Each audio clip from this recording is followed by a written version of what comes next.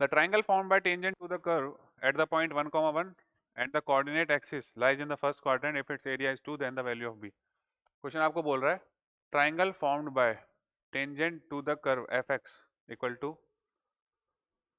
एक कर्व दे रखा है आपको F X equal to X square plus B X minus B at the point 1, 1 tangent to the curve. तो tangent की इक्वेशन निकालने के लिए एफ डैश एक्स निकालता हूं मैं 2x plus B.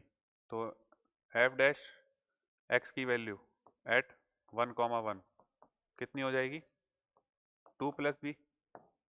The triangle form by tangent to the curve at the point 1, 1 and coordinate axis lies in the first quadrant. If its area is 2, then the value of b is, तो यहाँ पे आएगा मेरे पास में y minus y1 equal to में m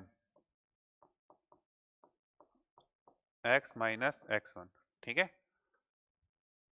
अब देखो आपको क्वेश्चन बोल रहा है triangle form by tangent to the curve. इस कर्व के ऊपर टेंजेंट की इक्वेशन आ चुकी है, ये कर्व के ऊपर टेंजेंट की इक्वेशन आ गई मेरी।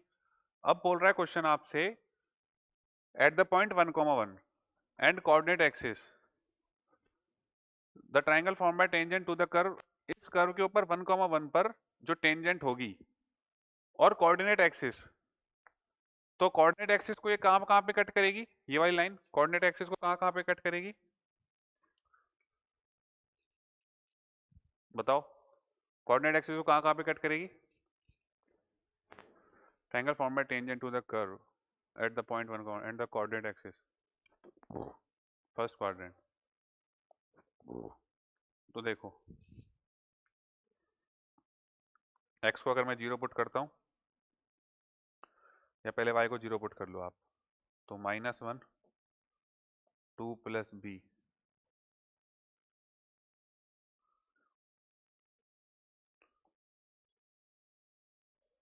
X minus 1 equal to minus of 1 upon B plus 2। तो x का वैल्यू कितना हो गया 1 माइनस 1 अपॉन बी प्लस 2। तो ये हो गया मेरे पास में बी प्लस 2 माइनस 1 यानी कि बी प्लस 1। ठीक है, x का वैल्यू आ गया मेरे पास। यहाँ पर y का वैल्यू कितना आएगा, x को 0 पुट करोगे तो 1 माइनस 2, x को 0 पुट कर दिया ना मैंने, तो -2 प्लस बी, तो कितना आ गया ये -1 माइनस बी यानी कि माइनस ऑफ बी प्लस 1। ठीक है, 1 माइनस 2 माइनस 1 माइनस बी। तो ठीक है, अब देखो हमसे बोला गया है coordinate axis lies in the first quadrant if it's area is, तो एरिया बोला है ना आपको, तो हाफ इंटू ये कितना है आपके पास में B plus 1 upon B plus 2 x into में negative of B plus 1 equal to में कितना दे रखा है 2 दे रखा है। ठीक है, तो माइनस बी प्लस 1 का स्क्वायर इक्वल टू 2 2 जा 4 टाइम्स बी प्लस 4 2 जा 8। तो कितना हो जाएगा ये मेरे पास B square plus 2b plus 1 equal to 4b plus 8। तो इसको सिंप्लीफाई करो,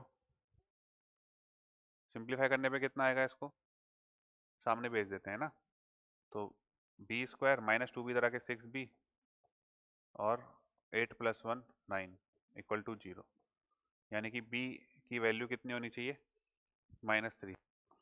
वैल्यू ऑफ b इज -3। ठीक है, तो b की वैल्यू कितनी हो जानी चाहिए आपकी -3। सेवेंथ का सी ऑप्शन इज करेक्ट।